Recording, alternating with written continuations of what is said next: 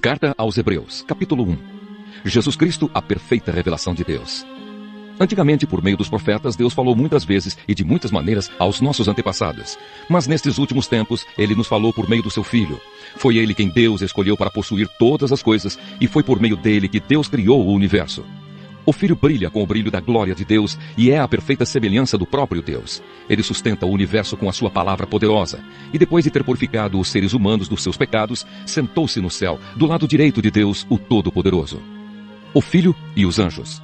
Assim Deus fez com que o Filho fosse superior aos anjos e lhe deu um nome que é superior ao nome deles. Pois Deus nunca disse a nenhum dos seus anjos: "Você é o meu filho, hoje eu me tornei o seu pai." E também não disse a respeito de nenhum anjo: "Eu serei o pai dele e ele será o meu filho." Porém, quando Deus enviou ao mundo o seu primeiro filho, ele disse que todos os anjos de Deus o adorem. A respeito dos anjos, Deus disse: "Deus faz com que os seus anjos se tornem ventos e os seus servidores chamas de fogo." Mas a respeito do Filho, ele disse: "O teu reino, ó Deus, vai durar para todo sempre. Tu governarás o teu povo com justiça. Tu amas o bem e odeias o mal." Foi por isso que Deus, o teu Deus, te escolheu e te deu a alegria de receber uma honra muito maior do que a dos teus companheiros. E as Escrituras também dizem: "Tu, Senhor, no começo criaste a terra, e com as tuas próprias mãos fizeste os céus. A terra e o céu vão acabar, mas tu viverás para sempre. Eles ficarão velhos como roupa, tu os dobrarás como se dobra um casaco, e serão trocados como se troca de roupa. Mas tu és sempre o mesmo, e a tua vida não tem fim."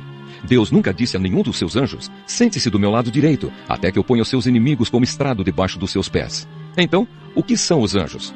Todos eles são espíritos que servem a Deus, os quais ele envia para ajudar os que vão receber a salvação. Oséias, capítulo 7. Quando tento curar o povo de Israel e fazê-lo ficar rico de novo, a única coisa que vejo são os seus pecados e a sua maldade. São mentirosos, são ladrões que roubam as casas e assaltam pessoas nas ruas. Eles pensam que eu esqueço todos os seus pecados, estão rodeados pelas suas maldades e não posso deixar de vê-las. Mentiras, ódio e traição. O Senhor Deus diz: "O meu povo é malicioso e com as suas mentiras eles enganam o rei e os governadores. Todos eles são traidores. O ódio queima neles como fogo no forno, que o padeiro não atiça até que a massa tenha crescido e esteja pronta para assar."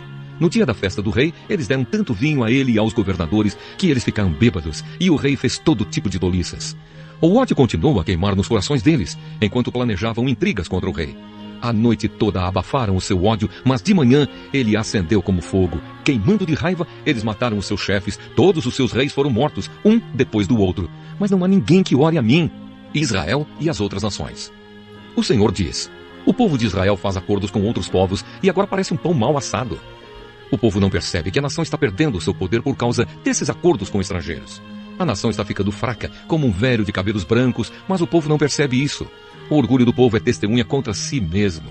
Todas essas coisas aconteceram, mas mesmo assim eles não se voltam para mim, nem procuram a ajuda do Senhor, seu Deus.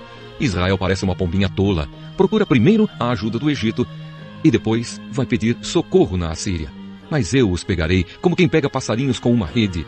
Eu os castigarei de acordo com as mensagens que ouviram nas suas reuniões. Eles estão perdidos e serão destruídos, pois fugiram e se revoltaram contra mim. Eu queria salvá-los, mas eles dizem mentiras a meu respeito. As orações que me fazem não são sinceras. Ao fazê-las, eles se jogam no chão, gritando como os pagãos. Quando oram pedindo trigo e vinho, eles se cortam como os outros povos fazem. Todos se revoltaram contra mim. Foi eu que os ensinei e lhes dei forças, mas eles planejam maldades contra mim. Como uma flecha atirada por um arco defeituoso não atinge o alvo, assim também o meu povo se desviou de mim e começou a adorar ídolos. Os seus chefes falam com orgulho e por isso serão mortos à espada. Aí o povo do Egito zombará deles. Oséias capítulo 8. Deus condena a idolatria do povo.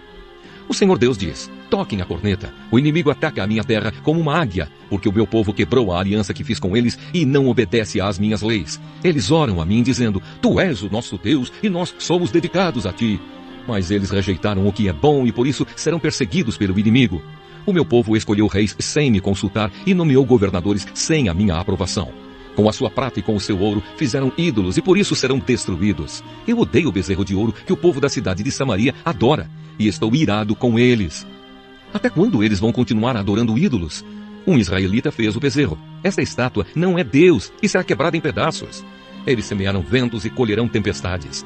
O trigo não produzirá espigas, mas, se houver espigas, elas serão devoradas por estrangeiros, e Israel está perdido. As outras nações consideram Israel um objeto sem valor.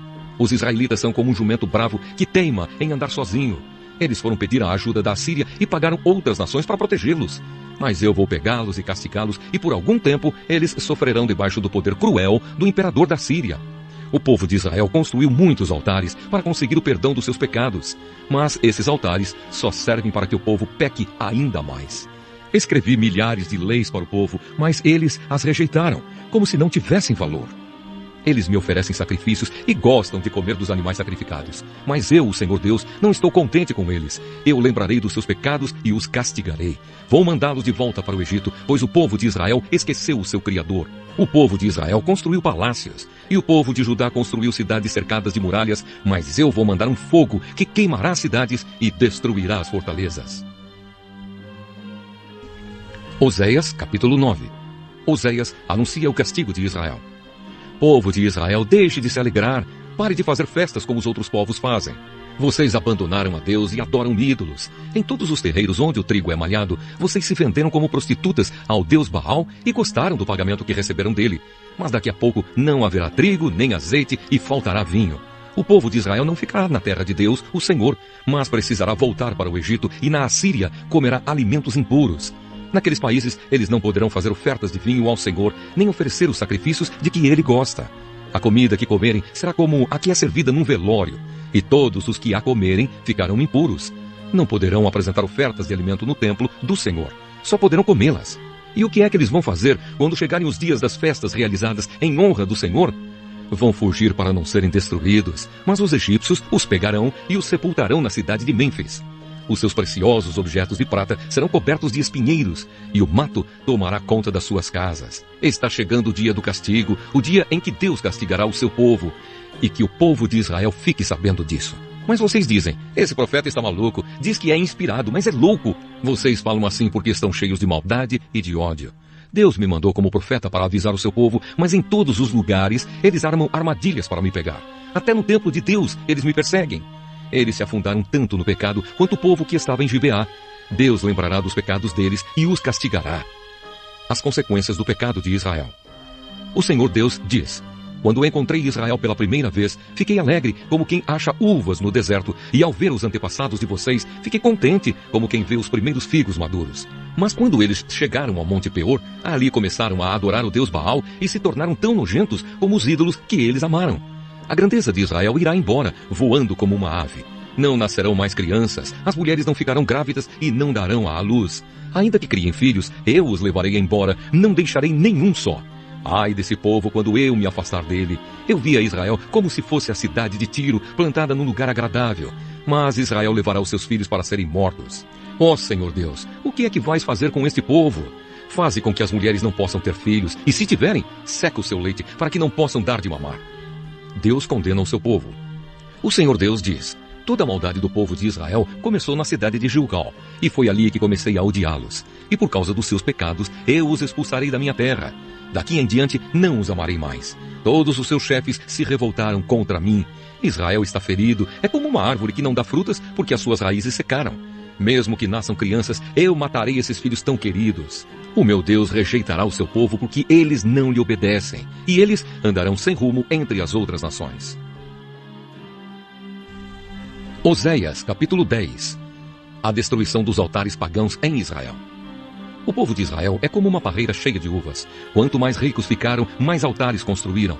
E quanto mais a nação progredia, mais colunas do Deus Baal foram levantadas. Eles não são fiéis a Deus e agora eles terão de pagar pelo seu pecado. O Senhor quebrará os seus altares e derrubará as colunas do Deus Baal. Eles vão dizer: não temos rei porque não tememos a Deus. E se tivéssemos um rei, o que é que ele poderia fazer por nós? Eles só dizem mentiras, todos juram falso e fazem acordos que não pretendem cumprir. E aquilo que chamam de justiça é tão perigoso como a erva venenosa que cresce em campo arado. O povo que mora em Samaria ficará com medo e chorará quando o bezerro de ouro de Bet-Avém for levado embora. Os sacerdotes pagãos ficarão desesperados ao perderem esse ídolo que era a sua glória, pois será levado para a Síria como presente para o grande imperador. E o povo de Israel ficará com vergonha dos conselhos que seguiu. O rei de Israel será levado embora como um cisco que é carregado pela correnteza. Os altares dos montes de Avém, onde o povo adora ídolos, serão destruídos e ficarão cobertos de mato e de espinhos. O povo dirá às montanhas: caiam em cima de nós, e aos montes: caiam em cima de nós. Deus dá a sentença contra Israel. O Senhor Deus diz: desde o tempo em que pecou em Gibeá, o povo de Israel não tem parado de pecar. Por isso, em Gibeá, a guerra alcançará essa gente perversa. Eu os atacarei e castigarei. Nações se ajuntarão contra eles quando eu os castigar por causa dos seus muitos pecados. Israel era como uma bezerra mansa que gosta de pisar o trigo para tirar a casca. Coloquei uma canga no seu belo pescoço para que ele puxasse o arado. Vou usar Judá e Israel para trabalharem na lavoura. Eu lhes disse: preparem os campos para a lavoura, semeiem a justiça e colham as bênçãos que o amor produzirá. Pois já é tempo de vocês se voltarem para mim, o Senhor, e eu farei chover sobre vocês a chuva da salvação. Mas em vez disso, vocês plantaram a maldade, colheram a injustiça e comeram os frutos da mentira. Vocês confiaram nos seus carros de guerra e no grande número dos seus soldados, e por isso a guerra chegará até vocês e as suas fortalezas serão destruídas. Acontecerá com vocês o mesmo que aconteceu quando o rei Salmã fez guerra contra Bet-Arbel. Ele arrasou a cidade e despedaçou as mulheres e os seus filhos. É isso o que acontecerá com o povo de Israel por causa da sua grande maldade. E quando o sol nascer, o rei de Israel morrerá.